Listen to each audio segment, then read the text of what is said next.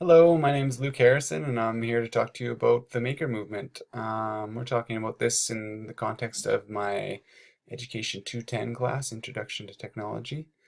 And so first off, I'm going to give you a little bit of a rundown of what I think the Maker Movement is and what it's all about. So basically, the Maker Movement is a technology-based extension of the do-it-yourself kind of culture. It's about learning practical skills that people can learn and then allowing them to create tangible things. So it's really a continuation of, I would say, human nature. And in a lot of ways, we're creative beings. We like to innovate. We're the first tool makers. And so, maybe not the first tool makers, but we're perhaps the best tool makers. So it's kind of a continuation of that. It's strongly influenced by the learning theory of constructionism, I should say. And that's just basically learning by doing. So you need to practice doing hands-on things, and that's how you're going to learn the skills you need. Um, the maker movement is largely fairly informal. It's facilitated by the kind of open resources which are available on the internet and a lot of the knowledge sharing. That's kind of where it is sprung from. And just in general, it's about making stuff. So yeah.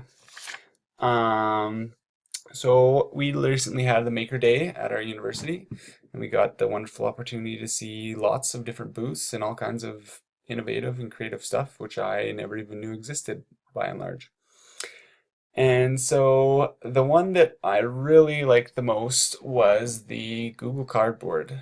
Um, I think it appealed to me because I'm kind of a simple guy and I couldn't really see myself. So I went to the Google Glass booth and I couldn't really see myself walking around with Google Glass. I did try it on and I found it quite disorienting. And I just felt like the Google Cardboard was a lot more applicable to the classroom and a lot more cost effective. So I'll give you a little bit of a rundown of what exactly the Google Cardboard was. So essentially, as you may have surmised, it is a cardboard cutout in which basically, okay, it's cardboard which you can buy off the internet, either formed, it's about $4 on the internet, or you can make it yourself.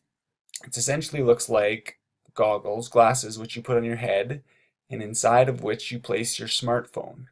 So you need the smartphone, Galaxy, iPhone, whatever, both will work. Then you need the cardboard cutout. The smartphone is placed inside of that, and then you also need to download a specific app which will allow your phone to go into a program, and when you have it up to your face and turn, you're entering a virtual reality. So all you can see inside of this little box is the screen of your smartphone. And say if you turn to your left in the virtual world, what you're seeing with your eyes, there's a world which you can manipulate. There's a button on the side of the Google Cardboard which allows you to move forward. So you click it and then you go forward and you click it again, you stop, and then you can look around.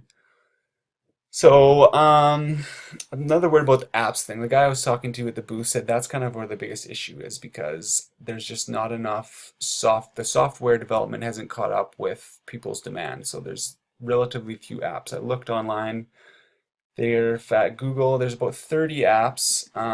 Buy on almost all of them are free. I think there was four or five that were you had to pay for. I think the most expensive was 200. No, sorry, $2.50, not 200. So that's good.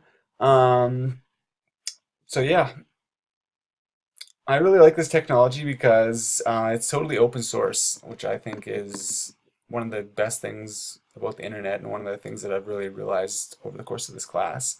And there's no official vendor or manufacturer, and Google has just put out there for anyone to have the schematics and what you need to do to make it, and it's just totally do it yourself. Like I saw a guy on the internet and he just made one of a pizza box, in an hour or whatever. It's very, very simplistic, which really appeals to me, and I think has a lot of uses in the classroom, which I'm going to get to right now. So, how would I use this in the classroom? So the one that jumps out at me right away is it allows you to basically take a virtual tour. So instead of having to raise the money, get the permission, bus the kids, get chaperones, etc., etc., and go to a location, you can just tour that virtual environment. And so in a class like, say, my major is English, minor Spanish. So say in a Spanish class, we have some kind of lesson. Almost all the lessons are going to have a vocabulary aspect. So you're going to have to learn certain words. So say, hypothetically, we're learning about animals. It's a common topic. And instead of just, say, having a list of words to memorize and say maybe a list of words with pictures, you could put kids in a virtual environment, a virtual zoo, and allow them to explore that environment. And I just think giving those students that sense of agency and allowing them to move around, it's on their terms. They're deciding where they want to look at, for how long, where they want to go. And also I feel like another thing that's so good about this is even if it's just the illusion of movement is just so important for a lot of kids, and the way we teach is still, I know we try to make it more dynamic, but for a lot of kids, the message they get at school is you need to sit down and be quiet, or you need to sit down and pay attention at least. And that's okay, that's a big part of going to school. I do not doubt that, but it's really good to try and get kids moving around, and even if it's in a virtual environment, the idea that you're exploring and innovating and it's it's your personalized space. We're not going as a group of 30 students and we go to X, we go to the exhibit A for 10 minutes, we go to exhibit B for 5 minutes, and we say a little speech. The kids are getting to explore this environment on their own terms. And I just think that has wonderful, wonderful applications. Um,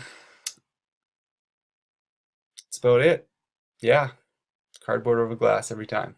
Thank you.